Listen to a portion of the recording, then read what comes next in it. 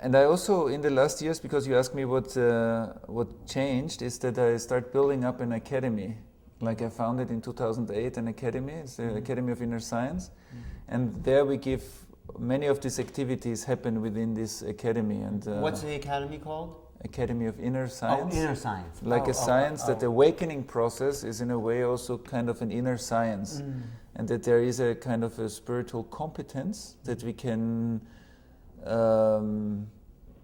by the time achieve, that will show us that also spirituality is not just like my experience and this experience, and like there is something more fundamental, like a timeless wisdom behind it, and people experience certain levels of this consciousness in their own psychological realm or universe, but that there are some also universal principles working, and I would love to explore this, and I would also love to connect this work to universities, and we have already the first steps on 2 universities in Germany to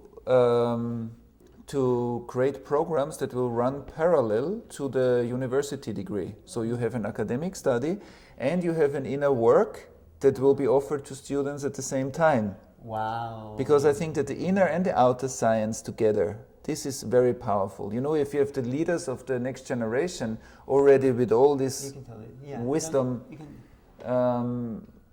with all this wisdom that can be provided to do their jobs in a better way, to co-create a different culture, you know that. Yeah. So there's a science of a spiritual knowledge. There's a science to it. There's a science to how emotions get trapped in the body. It's intangible, but it's human beings are the same. There's the science of how emotions get trapped in the body is only one aspect of it, but there is a science to also the transpersonal states of who we are.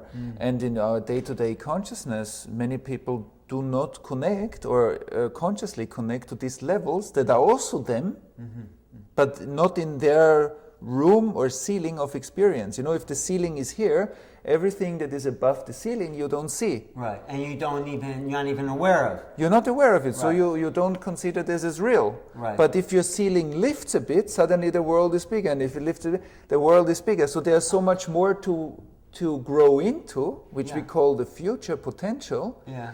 Because I believe that the future is not tomorrow, the future is the potential that we can develop into to create a new tomorrow. So how do we lift the ceiling? What's the process of that?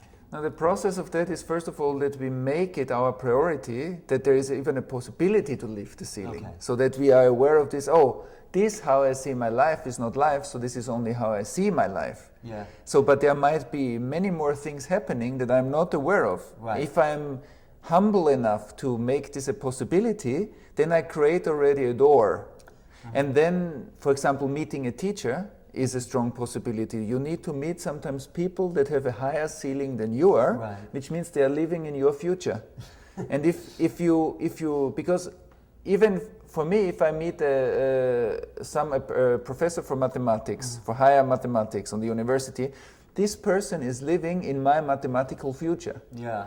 And same do spiritual teachers live in the future of other people, because they went into territories that the people didn't.